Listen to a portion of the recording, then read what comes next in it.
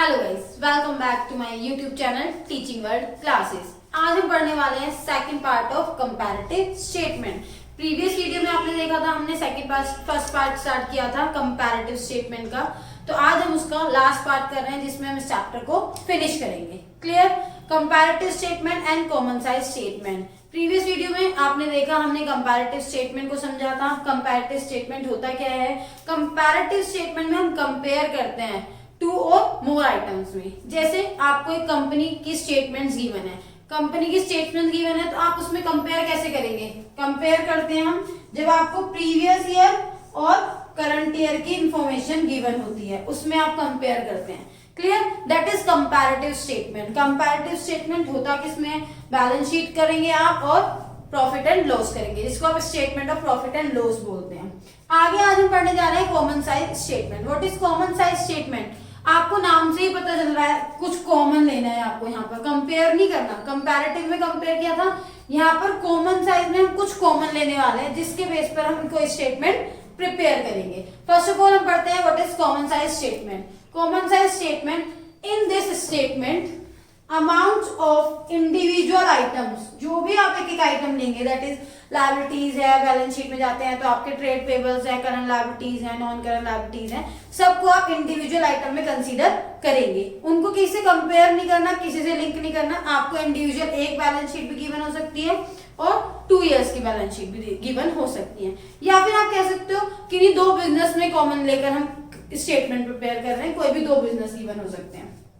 In this statement, amount of individual items और balance sheet, या तो वो बैलेंस शीट के आइटम्स हो सकते हैं या वो प्रॉफिट एंड लॉस के आइटम्स होते हैं, आर रिटन। आपको क्या गिवन होंगे? बैलेंस शीट के आइटम्स लिखे होंगे या फिर प्रॉफिट एंड लॉस के आइटम्स लिखे होंगे। These amounts are further converted into percentage. In amounts को भी, जो आपके इंडिविजुअल आइटम्स हैं, इनको भी आप कन्वर्ट करेंगे परसेंटेज में। जैसे आपने देखा था कंपैरेटिव स्टेटमेंट की प्रिपेयर किया था हमने। कंपैरेटिव स्टेटमेंट में हमने क्या किया था? हमने प्रीवियस ईयर की अमाउंट लिखी थी, सपोज कीजिए 1 लाख, और करंट ईयर की अमाउंट लिखी थी 2 लाख। इसको हमने कंपेयर किया था। कंपेयर कैसे करते हैं? आपके पेरेंट्स से कंपेयर करते होंगे, उसका बच्चा देखो कितने अच्छे से पढ़ रहा है, तुम्हें भी इतने अच्छे से पढ़ना चाहिए। उसके 100% आए हैं तो तुम्हें भी 100% लेकर आना चाहिए, व्हाटएवर। तो यहाँ पर भी हम क्या कंपेयर कर रहे हैं? प्रीवियस ईयर में हमारी जो अमाउंट थी 1 लाख थी और दिस ईयर अमाउंट जो है हमारी 2 लाख है। तो यहाँ पर हमने पहले चेंज निकाला था उसमें, जिसको हम एब्सोल्यूट चेंज बोलते हैं। ठीक है, कितना चेंज था? 1 लाख। फिर हमने इसको परसेंटेज चेंज में कन्वर्ट किया था, कितना परसेंटेज हमारा चेंज हुआ है। ठीक है, तो यहाँ पर हमने कितना परसेंटेज चेंज हुआ है, ये हमने कंपैरेटिव में पढ़ा था, क्योंकि हम यहाँ पर कंपैरेटिव में कंपेयर कर रहे थे। यहाँ पर हम कॉमन ले रहे हैं कोई भी एक चीज, तो उन अमाउंट्स को कन्वर्ट करेंगे हम परसेंटेज में। परसेंटेज में कंपेयर करेंगे कोई भी कॉमन बेस लेकर। अब कॉमन बेस क्या लेना है आपको? आपको यहाँ पर कंपैरेटिव कॉमन साइज में भी, कॉमन साइज स्टेटमेंट में बैलेंस शीट भी बनाने को आ सकती है, common size statement profit and loss भी बनाने के लिए आ सकता है।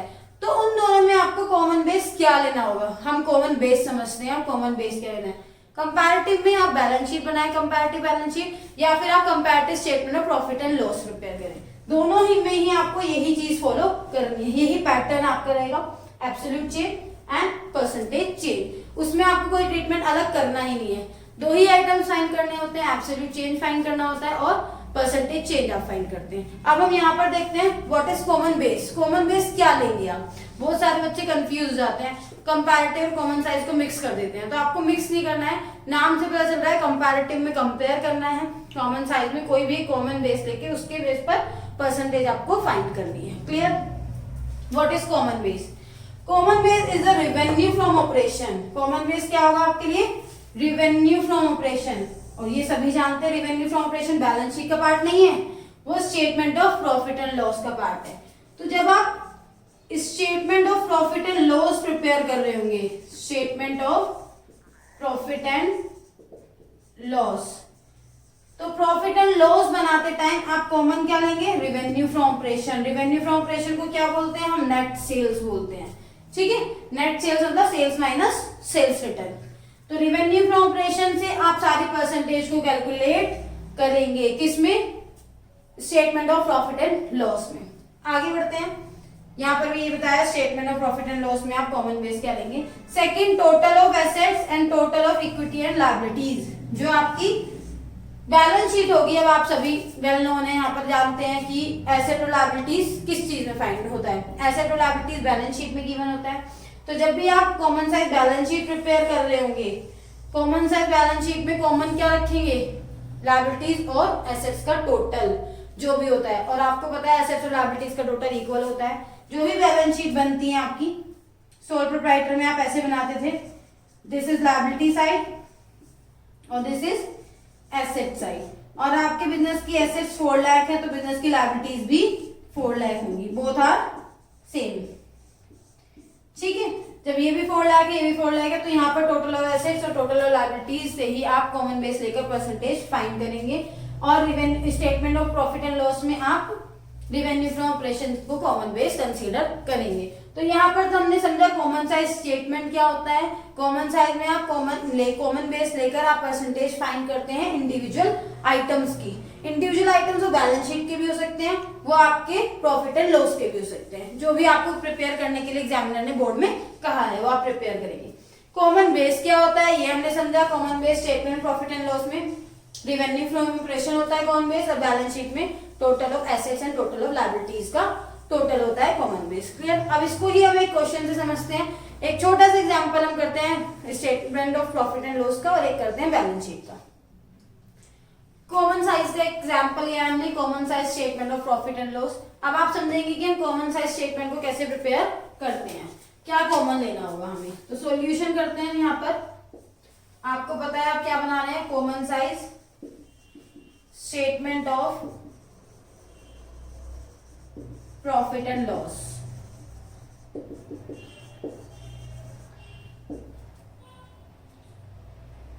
Statement of profit and loss, particulars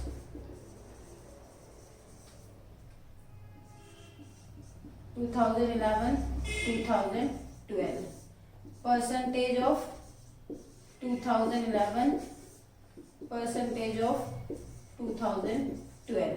क्योंकि यहाँ पर तो कंपैरेटिव है नहीं, कंपेयर नहीं करना आपको। कॉमन साइज में परसेंटेज 11 की भी निकलेगी और 12 की भी फाइंड होगी, क्योंकि वहां पर हमने बोला था इंडिविजुअल आइटम की परसेंटेज फाइंड होती है। ओके, यहाँ पर बनाते हैं हम फर्स्ट इनकम। इनकम है हमारी revenue from operation, revenue from operation जिसको हम नेट सेल बोलते हैं। बिजनेस में आपने कितनी सेल की है, कितनी आपकी इनकम हो रही है।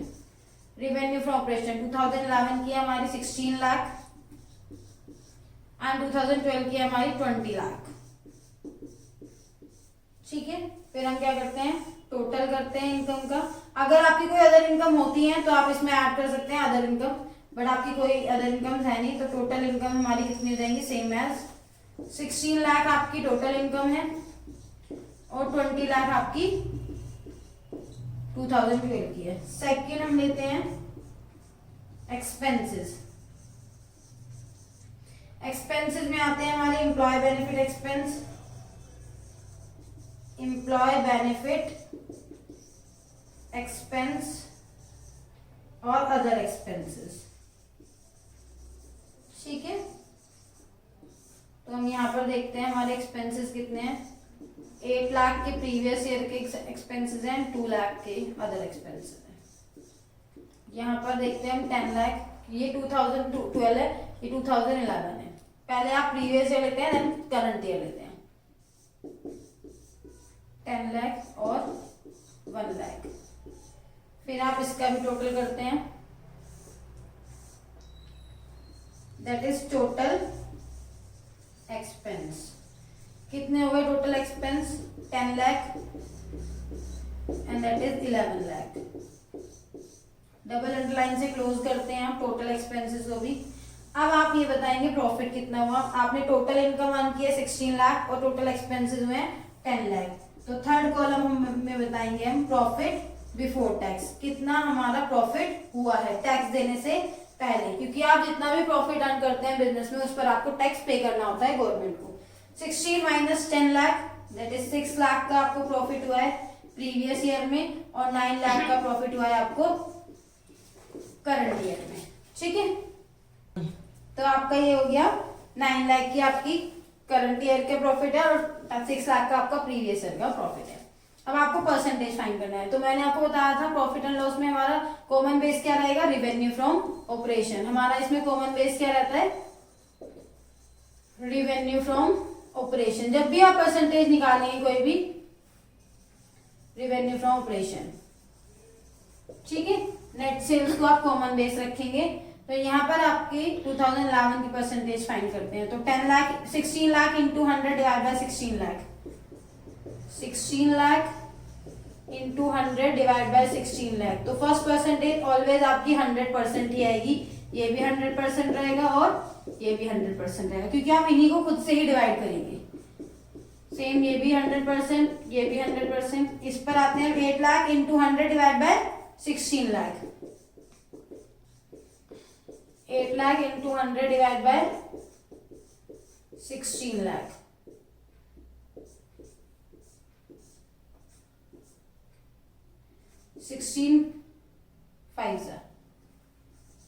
That is 50%. 2 lakh into 100 divide by 16 lakh. इसी तरीके से आपकी परसेंटेज चलती रहेंगी।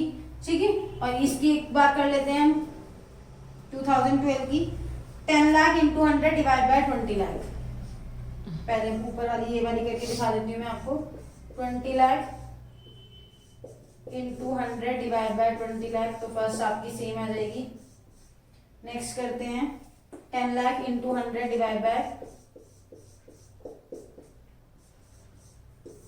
20 lakh.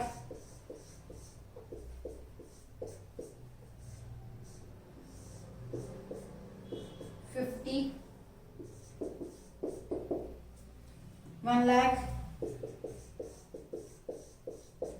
Into 100 divide by 20 lakh.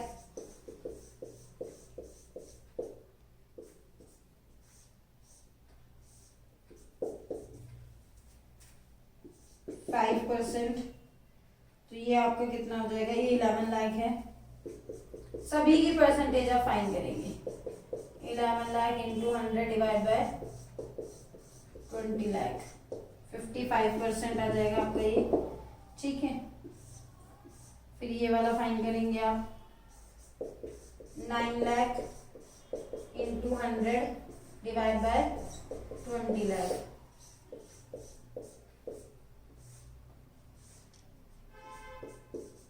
45%। ठीक है, यहां पर देखते हैं 2 लाख ये दाम,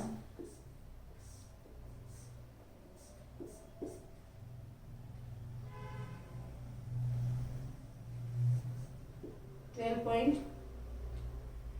पॉइंट समथिंग कुछ आ जाएगा आपका ये। ठीक है, इसी तरीके से आप ये कंप्लीट कर लेंगे। इसको कट करते हैं फिर भी हम।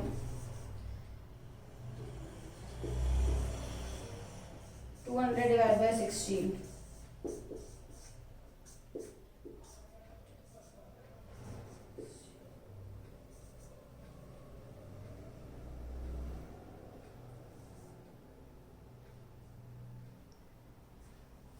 12.05, 12.05 और 12.5।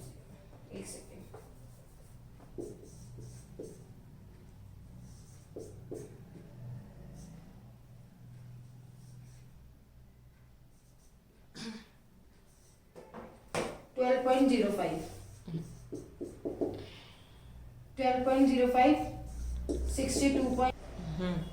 This is 12.5। वो बाय मिस्टेक गलती हो गई। This is 12.50। ठीक है, 05 कर दिया था मैंने। तो यहाँ पर भी करेक्शन है 12.62.50। ठीक है, और आपका ये आ जाएगा 38.50, 37.50% अगर आप करते हैं। तो इस तरीके से आपका common size statement of profit and loss prepare होता है। इसी क्वेश्चन को मैं कंपैरेटिव में कन्वर्ट कर देती हूँ अब आपका। ठीक है, इसी क्वेश्चन को हम करते हैं कंपैरेटिव के तरीके से, क्योंकि कल हमने कंपैरेटिव का प्रॉपर क्वेश्चन नहीं किया था। अब एक हम कंपैरेटिव स्टेटमेंट प्रिपेयर कर रहे हैं, ठीक है। तो मैं इसको रब कर देती हूँ अभी। Absolute change, percentage change. अब आपको पता है जब हम कंपैरेटिव बनाते हैं तो कंपैरेटिव में हमें एब्सोल्यूट चेंज होता है हमारे पास और परसेंटेज चेंज होता है। तो हम चेंज फाइंड करते हैं। This is 4 lakh,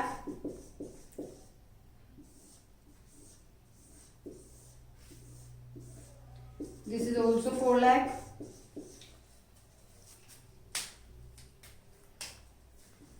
-2 lakh, -1 lakh,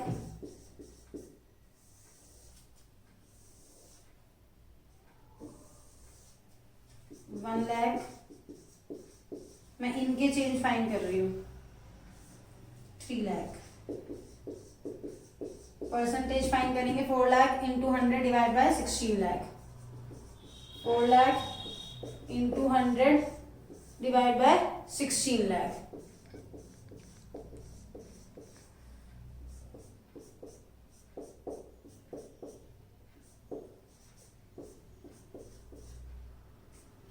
%25%।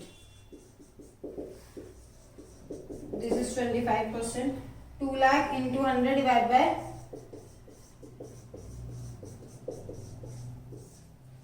8 lakh।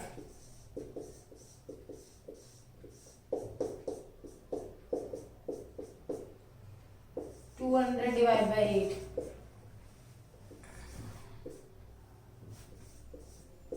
This is also 25%। 1 lakh divided by 2 lakh।